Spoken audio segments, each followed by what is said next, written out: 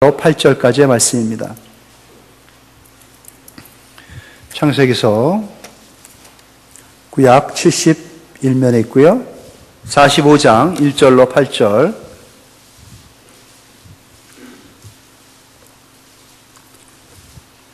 찾았으면 저와 여러분이 한 절씩 번갈아 읽도록 하겠습니다. 45장 1절 말씀을 제가 먼저 시작합니다.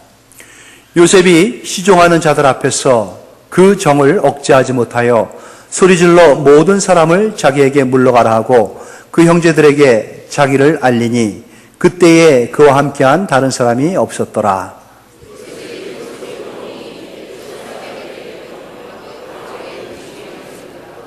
요셉이 그 형들에게 이르되 나는 요셉이라. 내 아버지께서 아직 살아 계시나이까.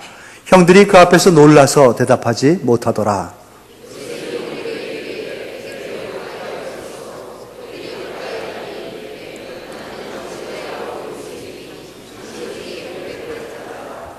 당신들이 나를 이곳에 팔았다고 해서 근심하지 마소서, 한탄하지 마소서. 하나님이 생명을 구원하시려고 나를 당신들보다 먼저 보내셨나이다.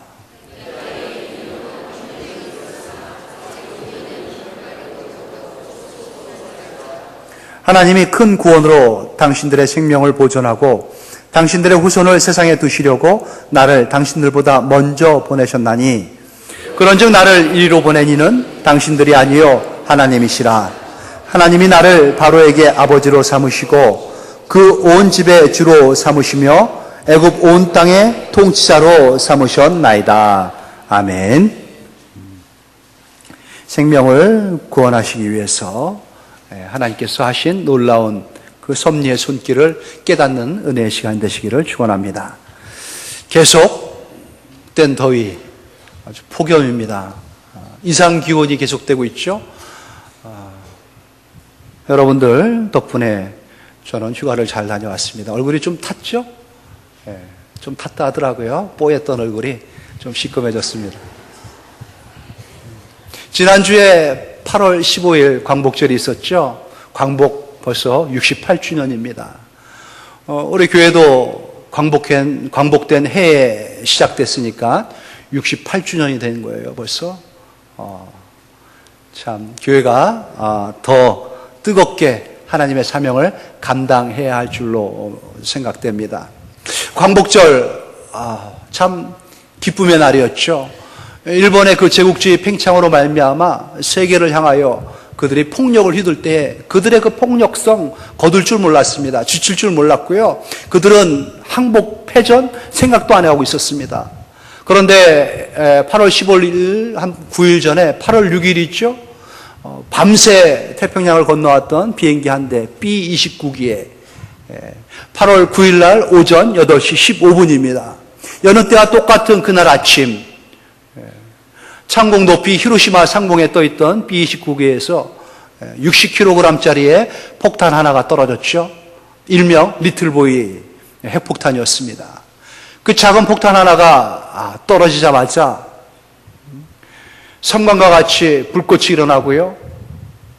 거대한 버섯구름이 하늘로 치솟아 올랐습니다. 그로 말미암아 후폭풍이죠. 몰아닥친 그 핵폭탄의 그 바람으로 말미암아 순식간에 그 넓은 히로시마 도시가 잿더미가 되고 만 겁니다. 직사한 사람들이 8만 명입니다. 그 순간에. 그리고 부상당한 자가 7만 명. 그리고 나서 그 핵폭탄으로 말미암아 20만 명이 그 후 5년 안에 크고 작은 부상과 사망을 피해를 당한 것입니다. 그 피해는 오늘날까지도 계속되고 있죠. 참 무서운 재앙이 그 도시에 그 시간에 떨어졌던 겁니다. 그로 말미암아 일본은 무조건 항복하며 손을 들고 만 것이죠. 그날 갑자기 그날 아침에 이 핵폭탄이 떨어진 게 아닙니다, 여러분. 그 핵폭탄이 떨어지기 전에 수차례에 걸쳐가지고 미 군함으로부터, 미 비행기로부터 전단지가 뿌려졌습니다. 히로시마와 일본 전역이 있죠. 이곳에 얼마 지나지 않아서 큰 재앙이 생깁니다. 무서운 일이 벌어집니다. 주민들은, 시민들은 대피하십시오. 직경 20km, 반경 10km 범위 내에 벗어나야지 살 수 있습니다. 아주 멀리 벗어나라는 거죠. 하지만 그 경고의 메시지를 몇 차례 들었던 히로시마 주민들 반응이 없었습니다. 그냥 협박인 줄 알고요. 우스갯소리인 줄 알고 농담으로 여겼던 것이죠. 소돔과 고모라의 멸망을 경고했을 때 그 경고의 음성을 들었던 그 주민들이나 롯의 사이들이나 똑같은 반응을 보였던 것입니다. 그냥 농담처럼 여겼는데 어느 때와 똑같은 그날 아침에 그 재앙이 순식간에 그들에게 닥쳤던 것입니다. 재앙을 향한, 심판을 향한 하나님의 경고의 메시지 지금도 여전합니다. 여러분 조금만 관심을 가지고 이 세계를, 또 이 세상을 한번 바라보십시오. 지구의 구석구석에서 벌어지고 있는 크고 작은 전쟁과 내전의 그러한 것들, 또 이상기온들 심상치 않지 않습니까, 여러분? 이제 멀지 않아 그 날이 코앞에 다가왔음을 우리에게 보여주고 있는 그러한 사인들입니다. 성경에서는 벌써 수백 번, 수천 번 하나님께서 이 경고의 메시지로 우리들에게 선포하고 있는 것 아닌지요. 하지만 멸망하고 이 세상을 진멸하겠다, 이러한 계획 가운데 하나님께서 경고한 게 아닙니다. 경고의 메시지는요, 구원의 메시지입니다. 그러한 일이 벌어질 거니까는 이 음성을 듣고 돌이키라는 거죠. 돌아오라는 겁니다. 너희들의 생명을 보존시키라는 것이, 하나님께서 그 일을 위해서 무던히, 아주 무던하게 인류를 향하여 그 손을 내밀고 애급하고 애타고 다급한 음성으로 그 경고의 메시지를 전하고 있는 것입니다. 인류 전체가 타락했습니다. 죄로 말미암아 오염되어져 있는, 번복되어져 있는 이 인류, 그냥 두고 볼 수가 없는 겁니다. 인류는요, 자처하면서 멸망으로 치닫고 있는 겁니다. 보이지 않습니까, 여러분? 얼마나 죄악이 관영한 이 땅에 살고 있는지요. 들려오는 소식들이, 우리가 접하고 있는 모든 정보들이 너무나 쉽게, 너무나 평범하게 이러한 죄악으로 다 얽혀져 있는 것. 그러한 가운데서도 멸망으로 치닫고 있는 이 순간에도 하나님께서 구원을 향한, 생명을 구원하기 위한 그 긴급하고 하나님의 그 숨가쁜 손길은 얼마나 빠르게, 얼마나 또 정밀하게 움직이고 있는지 모릅니다. 부지런한 하나님의 그 열심의 손길이 더욱 치밀하게 인류를 향하여 하나님의 그 구원받기로 작정된, 하나님의 선택된 하나님의 사람들을 향하여 계속되고 있는지요. 역사적으로 이 인류를 향한 하나님의 이 구원의 대역사, 생명 구원을 위한 이 대프로젝트, 이것을 성경에서는 경륜이라는 단어로 표현하고 있습니다. 경륜, 이코노믹이라는 영어를 쓰고 있는데요, 경제, 경영이라는 겁니다. 우리가 돈벌이 하기 위해서, 또 무슨 사업을 하기 위해서 경영을 하듯이 하나님께서는 우리 인류를 향해서 하나님의 놀라운 그 치밀한 지혜와 지식으로 경영을 해가시는 것, 그거는 뭐냐?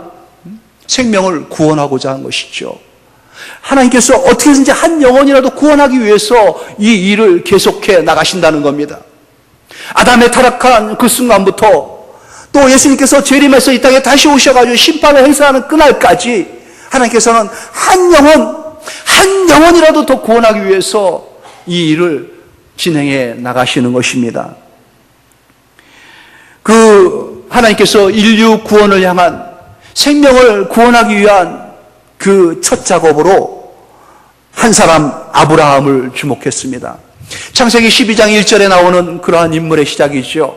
믿음의 조상이 됐던 아브라함, 그를 통해서 하나님께서 이 작업을 더 구체적으로 표현해 나가신 것입니다. 아브라함을 부르셨습니다. 그래서 내가 내게 지시할 땅으로 들어가라. 그 땅은 하나님께서 지시한 땅이기 때문에 약속의 땅입니다. 아브라함이 그 약속을 지켜서 들어가기만 하면은 그에게 복을 주신다고 약속을 하신 것이죠.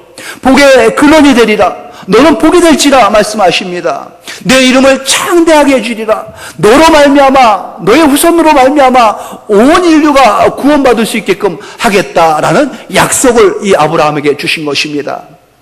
그래서 아브라함이 이 약속을 받고 하나님의 약속을 따라 그 땅에 들어갔듯이 오늘날에도 하나님의 이 약속의 말씀을 믿고 순종해서 하나님의 구원에 들어온 사람들, 하나님께서 약속한 예수 그리스도 안으로 들어온 사람들, 여전히 아브라함에게 한 약속이 유효한 것입니다.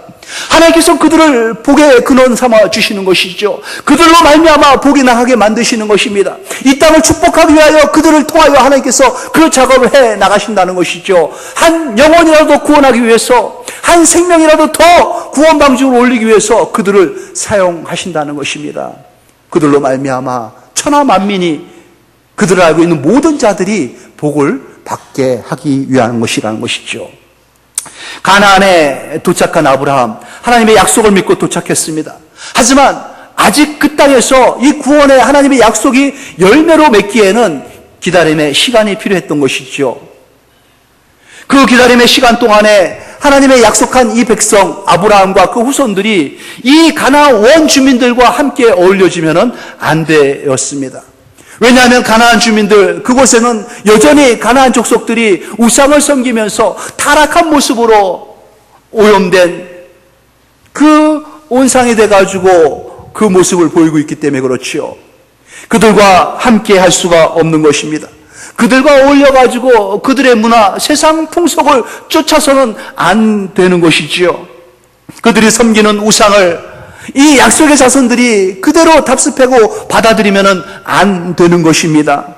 그래서 그들의 심판이 무르익을 때까지, 그들이 그 가나안 땅에서 진멸되어도 할 말이 없을 때까지 하나님께서는 그들과 이 아브라함의 약속의 자녀들과는 구분시킬 필요가 있었던 것입니다.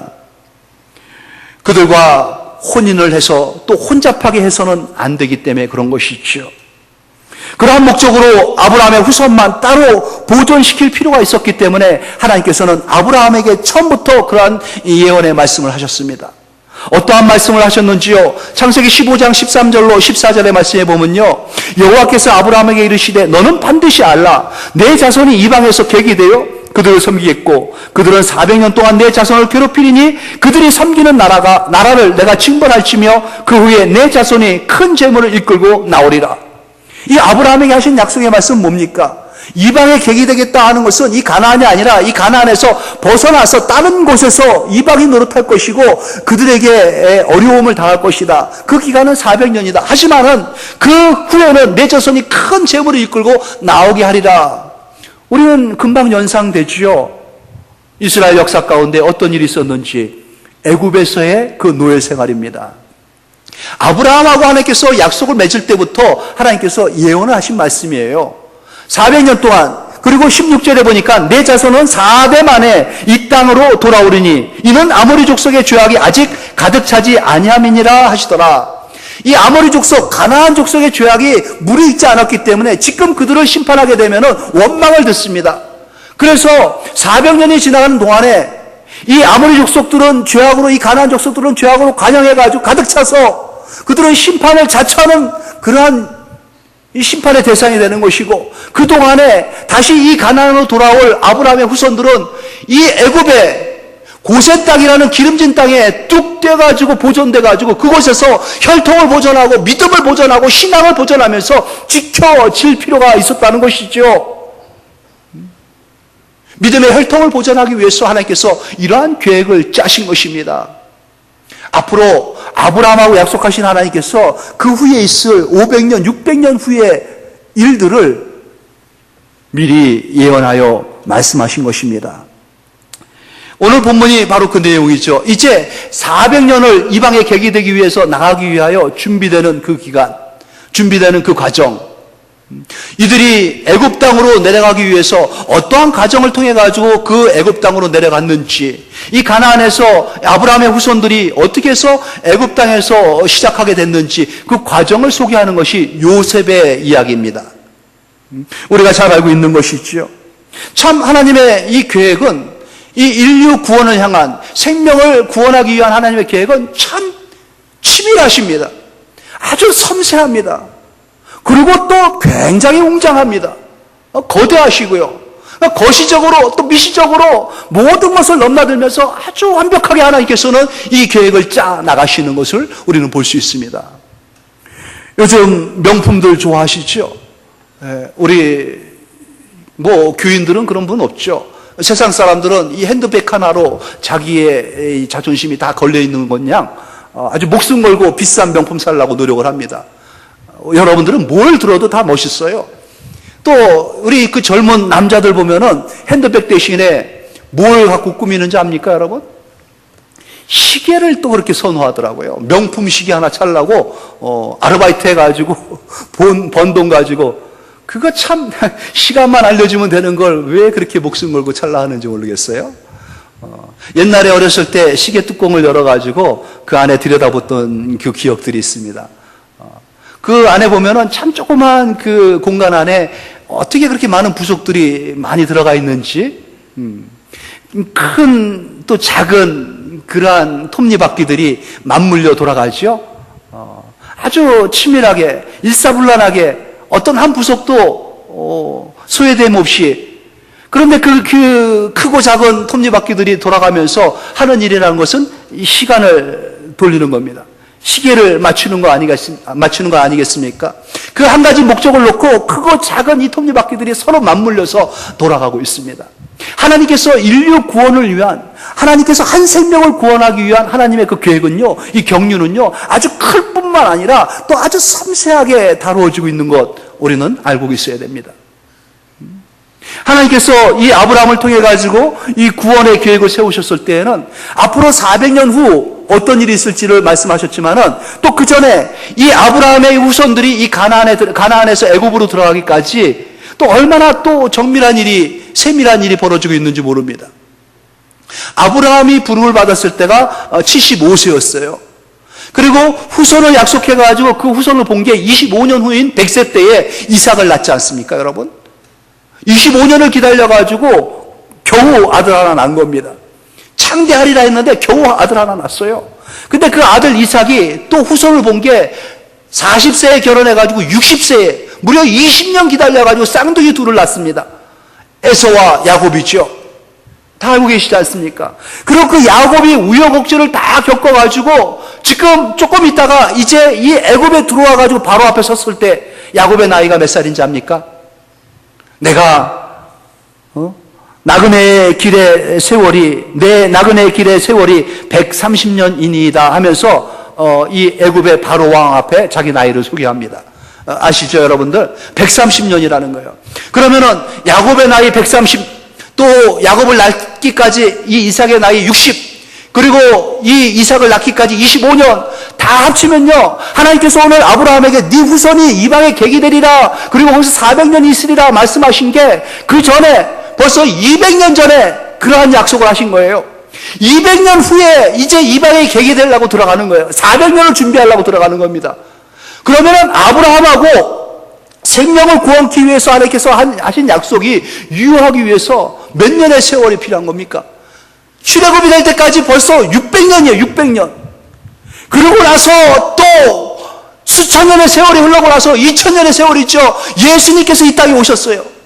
그러고 나서 온 인류를 향해서 구원의 손길을 펼쳐가면서 많은 영혼들을 구원하기 위해서 하나님께서 그 일을 해나가시고, 그리고 또 2000년의 세월이 흘러가지고 오늘 우리가 구원의 반열에 들어와가지고 이 예배당 안에서 하나님 앞에 예배드리는 자들로 이 하나님의 부름 앞에 응답하여 앉아있는 것, 얼마나 놀랍습니까? 우리의 연수가 70이요 80인데 하나님께서는 천년을 하루같이, 하루를 천년같이 보시면서 톱니바퀴들이 움직여가지고 시간을 맞추듯이 하나님의 이 경륜, 하나님의 이 섭리의 역사를 돌리시는 이 섭리의 톱니바퀴는요, 한 영혼을 구원하기 위해서 그렇게 운행하고 있다는 것입니다. 아주 정밀하게, 그리고 또 원대하게 크게. 놀라운 일이 아닐 수 없습니다. 하나님의 이 섭리의 톱니바퀴 어떻게 진행됩니까? 우리 이 야곱의 스토리를 너무나 잘 알고 있지 않습니까? 그 야곱으로 말미암아 또 이어지는 이 요셉의 이야기. 요셉이 야곱의 11번째 아들입니다. 야곱은 12명의 아들을 낳죠. 11번째 아들이에요. 11번째 아들인데 늦둥이라 너무너무 총애하고 사랑을 했습니다. 그러다 보니까 이복 형들이 시기하고 질투합니다. 너무너무 미워합니다. 시기와 질투가 크다 보니까는 이 요셉을 죽이려고 합니다. 죽이려고 하다가 안 되겠으니까는 죽음에서 구렁텅이에서 끄집어내가지고 요셉을 그냥 낯선 상인들에게 팔아버립니다. 은 30냥 받고요. 그때 이 요셉이 끌려가면서 형들의 이름을 얼마나 불러댔는지 모릅니다. 애걸복걸했죠. 애절하면서 애통하면서 형들의 이름을 불러가면서 점점이 멀어질 때까지 소리 지르면서 형들에게 구원을 요청했습니다. 냉정한 이 형들 외면했습니다. 그리고 팔려갔습니다. 팔려간 요셉, 이 이집트 애굽에 가가지고 노예가 됐습니다. 그때 이 요셉이 끌려간 나이가 17살이었어요. 17살 청소년 시기에 그는 그곳에서 13년간 청년기를 다 보냅니다. 이 사실을 놓고 본다면은 참 이 요셉 인생 보면 지질이 형제복도 없는 사람입니다. 그렇죠? 또 인복도 없고요. 시기도 잘못 태어난 사람 같아요. 불행한 젊은이의 그냥 슬픈 이야기, 마냥 고난과 불행 가운데 살아간 한 젊은 이야기로 끝날 수도 있는 그러한 인생을 갖고 있는 요셉이었습니다.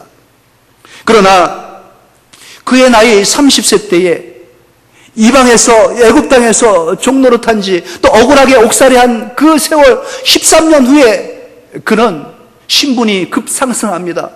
졸지에 그 애굽의 통치자가 되고요. 애굽 바로왕의 주가 되고요. 애굽 바로왕의 아버지 노릇을 하는 그러한 전문 상담가가 됩니다. 애굽의 총리 대신이 된 것이죠. 놀라운 일이 그 인생에 벌어진 겁니다. 순식간에 그는 성공의 반열에 아주 높은 정점을 찍는 그 인생이 된 것이에요. 그 이후로 죽을 때까지 그는 그 자리에 있었습니다. 놀라운 일이 아닐 수 없습니다. 많은 사람들은 이러한 요셉의 이야기를 들으면요, 야, 참 운도 안 좋다, 재수도 없는 사람이다, 이렇게 얘기하고, 또 그가 급출세했을 때는 참 재수가 좋구나, 운이 좋은 사람이구나, 아, 우연히 거기서 그 사람을 만났지, 우연히 그렇게 또 사건에 연루됐지 하면서 전부 운명적인 것으로 돌리죠. 하지만 요셉의 본인 당사자의 진술은 어떠한지 압니까? 본인의 고백은 어떻습니까? 오늘 본문 5절 말씀 보세요. 당신들이 나를 이곳에 팔았다고 해서 근심하지 마소서, 한탄하지 마소서. 하나님이 생명을 구원하시려고 나를 당신들보다 먼저 보내셨나이다. 하나님께서 하신 거라는 겁니다. 생명을 구원하시기 위해서 하나님께서 나를 이곳에 먼저 보내셨다라는 고백을 하고 있는 것이지요. 어떠한 사건을 놓고 봤을 때 사실이냐 아니냐 이게 중요한 게 아닙니다, 여러분. 그 현실을 놓고 봤을 때 이것이 사실인지 아닌지 뭐 팩트 얘기 많이 하는데요. 그 사실 여부를 따지는 게 중요한 게 아니라 중요한 거는 해석입니다. 어떻게 그것을 해석하냐가 중요한 것이죠. 해석에 따라서 불행할 수도 있고요, 행복할 수도 있는 겁니다. 해석함에 따라서 슬플 수도 있고 기쁠 수도 있는 거예요. 믿는 사람의 해석은요, 믿는 사람 나온 해석으로 바라볼 줄 알아야 되는 것입니다. 모든 게 다 그렇습니다, 여러분. 펼쳐져 있는 모든 삶들, 내 인생과 연루돼 가지고 내가 행하고 있는 모든 것들, 내게 닥친 모든 상황들, 이것을 믿음의 눈으로 보면서 믿음의 눈으로 해석할 줄 알아야 되는 것이죠. 요셉의 형들은 시기와 질투로 그 분에 가득함으로 죽일 듯이 이 동생 요셉을 팔아버렸지 않습니까? 그로 말미암아 이들이 출세해가지고 총리가 돼서 자기 눈앞에 나타난 이 동생 요셉을 봤을 때 사시나무 떨듯이 떱니다. 벌벌벌 떨면서 두려운 가운데에, 보복이 두려운 것이죠. 그동안 짓눌렀던 그 죄책감 가운데에 그들은 너무너무 두려운 이 현실을 맞이한 겁니다. 근심하고 한탄하고 한숨을 쉬면서 벌벌벌 이제 죽었구나. 자기들이 한 행위를 보면은 죽고도 남지요. 하지만 요셉의 해석은 어떻습니까? 당신들이 나를 이곳에 팔았다고 생각하지 말라는 겁니다. 하나님께서 나를 이곳에 먼저 보낸 거를, 당신들보다 먼저 이곳에 보내가지고 당신들의 생명을 보존시키려고, 당신들을 살려주기 위해서 하나님께서 그렇게 하셨다는 겁니다.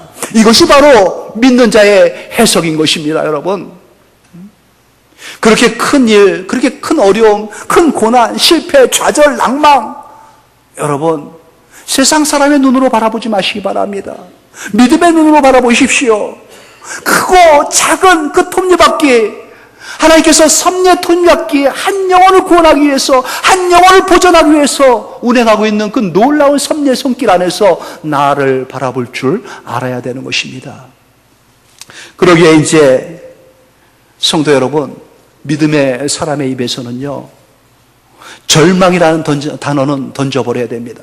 절망, 이건 없습니다. 어떠한 순간에도 우리는 절망할 수 없는 사람들입니다. 죽는 순간에도 우리에게는 희망이 있고요, 소망이 있는 것이죠. 어떠한 상황에도 그렇습니다. 그러기에 우리는 포기라는 이 단어, 이미 사라진 단어가 되어야 되지 않겠습니까? 절망이니 포기니 이런 것들은 믿는 자들에게는 어울리지 않는 그러한 단어들입니다. 하나님께서 그렇게 하셨다니까요. 하나님께서 그렇게 하셨다니까요. 한 영혼도 구원하기 위해서, 내 생명 하나님께서 온전하게 보존시키기 위해서 하나님께서 그렇게 하신 겁니다. 하나님의 손길이, 보이지 않는 하나님의 손이 내 인생에 관여하셔가지고 내 삶을 그렇게 주관하셔가지고 움직이신 겁니다. 형들의 마음이 강팍해져가지고 교만해져가지고 완악해진 형들이 시기와 질투에 가득 차가지고 분노로 요셉을 팔아버렸지만은 하나님께서 그러한 악한 형들의 마음도 쓰신 겁니다. 요셉을 앞서 보낸 것이지요. 7절 말씀 보십시오. 하나님이 큰 구원으로 당신들의 생명을 보존하고 당신들의 후손을 세상에 두시려고 나를 당신들보다 먼저 보내셨나니. 누가 그렇게 했다고요? 형들이 판 게 아니라니까요. 그가 그렇게 한 게 아니라니까요. 여러분, 그 사람이 나한테 그렇게 상처 준 거 아니에요. 그 사람하고 연루돼가지고 내가 실패한 인생이 된 게 아니라니까요. 그것 때문에 괜히 이 사람 저 사람 원망하고 탓할 거 없습니다. 왜 그랬다고요? 그렇게 하게 하신 하나님의 손길을 바라볼 줄 알아야 됩니다. 믿음의 눈으로 해석해야 되지요. 그런즉 8절 보세요. 나를 이리로 보낸 이는 당신이 아니요 하나님이시라. 하나님이십니다. 여러분, 있는 자리가 마음에 들지 않습니까? 여러분의 가정이, 배우자가, 자녀가, 부모가, 여러분의 직장이, 여러분의 소득이, 여러분의 알고 있는 친구들이, 이웃들이. 하지만 하나님께서 나를 그리로 보내셨다. 하나님께서 나를 이 사람들하고 관계 맺게 해주셨다. 하나님께서 나를 이 직장에, 이 학교로, 나를 이 학원으로 이 사람에게 붙여주셨다. 라는 믿음의 눈을 뜨고 바라볼 줄만 안다면요, 하나님께서 우리를 넉넉한 이긴 가운데에서 우뚝 선 자리로 올려주실 것입니다. 어떠한 자리에 있다고요? 8절 후반에 보세요. 하나님이 나로 바로에게 아버지로 삼으시고 그 온 집의 주로 삼으시며 애굽 온 땅의 통치자로 삼으셨느니라. 놀라운 일을 하나님께서 순응자에게 펼쳐 나가신다는 것입니다. 하나님께서 우리를 이곳에 있게 하신 이유, 우리를 그 가정에, 그 가문 안에 두신 이유, 하나님께서 먼저 나를 이곳에서 예배자로 세우시고 부르시고, 하나님께서 믿는 자의 반열 가운데 세우시고 부르시고, 하나님께서 나로 하여금 하나님의 자녀 삼으시고 영원한 나라의 기업을 보장해 주신 이유, 단 한 가지입니다. 여러분, 나로 말미암아 그 사람 구원하려고 그러는 거예요. 나로 말미암아 그 사람, 그 영혼을 살리기 위해서 그에게 생명을 하나님께서 구원시키고자 나를 먼저 구원하신 겁니다. 나를 먼저 부르신 겁니다. 나를 먼저 세우신 것이죠. 그래서 내게 은혜를 주셔가지고 이 은혜의 풍성한 가운데에 하나님의 은혜의 넉넉함을 체험하게 하시고 알게 하시고 생명의 빛으로 어두운 데서 빛 가운데 인도하신 하나님의 그 아름다운 덕을 마음껏 펼쳐나가라고, 그들에게 말하고 전하고 보여주라고 하나님께서 먼저 나를 택하신 겁니다.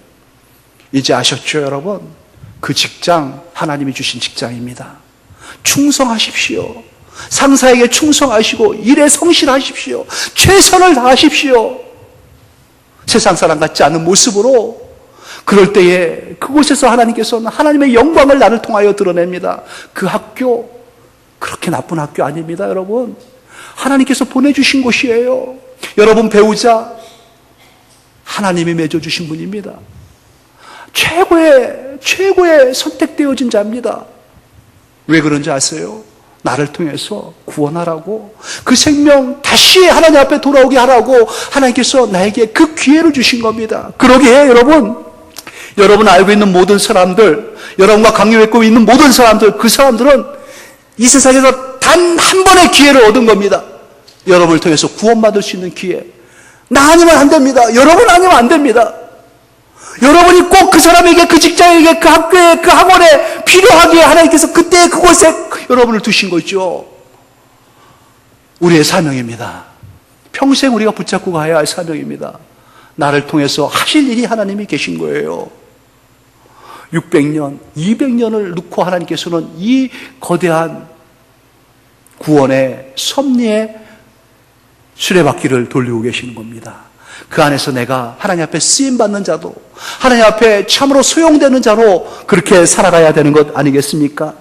하나님께서 생명을 구원하시려고, 누구의 생명을 구원하시려고 이렇게 요셉에게 큰 어려움을 줬습니까? 이 못난 형들, 시기와 질투로 또 이 욕심에 가득한 형들을 구원하려고, 그러고 말미암아 하나님께서 구약의 12지파를 세우셔가지고 하나님의 온 인류를 향하신 계획을 펼쳐나가시려고 요셉을 하나님께서 이 형들로 말미암아 팔리게 한 것이죠. 그렇습니다, 여러분. 힘들고 어려운 상황 가운데에 그로 말미암아 너무너무 괴롭고 어려운 상황에 처해 있습니까? 하나님께서 여러분 통해서 그를 구원하려고 그러신 거예요. 여러분 아니면 안 되겠기에 여러분에게 그 어려움을 준 거예요. 그 고난 당하게 하신 것이고, 그 힘든 그 고통 가운데 빠지게 하신 겁니다. 그러기에 성도의 이 어려움과 고난은요, 그냥 고통이 아닙니다. 시련이죠. 연단입니다. 하나님께서 불못불에 놓으셔가지고요, 연단하셔가지고 또 강하게, 또 힘있게, 더 멋지게 쓰시기 위한 과정이라는 겁니다. 재련 과정이에요. 두고 보십시오. 여러분을 통해서, 믿는 여러분을 통해서 하나님께서 어떻게 여러분의 삶을 멋지게 펼쳐나가시는지, 천하 만민 가운데에 하나님께서 높은 자리에 올려주셔가지고 세계 만민이, 천하 만민이 너로 말미암아 복을 얻게 하리라, 복의 근원 삼아주시고 복이 시작되는 출발점 삼게 해주시고 모든 행복은 여러분에게 시작되게끔 만들어 주신다는 것. 하나님이 세상을 이처럼 사랑하사 독생자를 주셨으니 이는 그를 믿는 자마다 멸망하지 않고 영생을 얻게 하려 하심이라. 믿는 자로 영원한 생명을 우리에게 주신 하나님, 얼마나 감사한지요. 하지만 여러분, 이 요한복음 3장 16절 무서운 경고의 말씀인 것을 알고 계십니까? 믿는 자마다 영생을 얻게 하시는 거예요. 그렇다면요, 믿지 않는 자들은 어떻게 됩니까? 그들은 그냥 진멸의 자녀들이 돼가지고, 멸망의 자녀들이 돼가지고 그 뜨거운 불지옥으로 다 떨어지고 마는 겁니다. 핵폭탄이, 그 조그만 폭탄이 한순간에 한 도시를 전멸시켰어요. 그때를 아시기에 하나님께서 안타까워가지고 지금도 구원의 이 손길로 펼쳐나가시는 겁니다. 나를 통하여 하나님께서 한 영혼을 구원하기 위해서, 내게 생명을 주신 하나님이, 영원한 생명을 주신 하나님이 이 생명이 넘쳐 흘러가지고 누군가의 생명을 구원하게 하기 위해서 하나님 이 일을 하시는 것입니다. 여러분들은 그들에게 마지막 희망입니다. 그들에게 마지막 구원의 메시지가 되고요, 구원선이 되는 겁니다. 여러분이 말을 하지 않는다면, 여러분이 손을 펼치지 않는다면 그들은 그냥 죽습니다. 그들의 인생은 거기서 끝나는 겁니다. 기회가 없습니다. 하나님께서 그래서 나를 먼저 보내신 겁니다. 이 구원의 방주로, 이 구원의 이 손으로 하나님께서 먼저 나를 이 은혜의 반열 가운데 세우신 것이지요.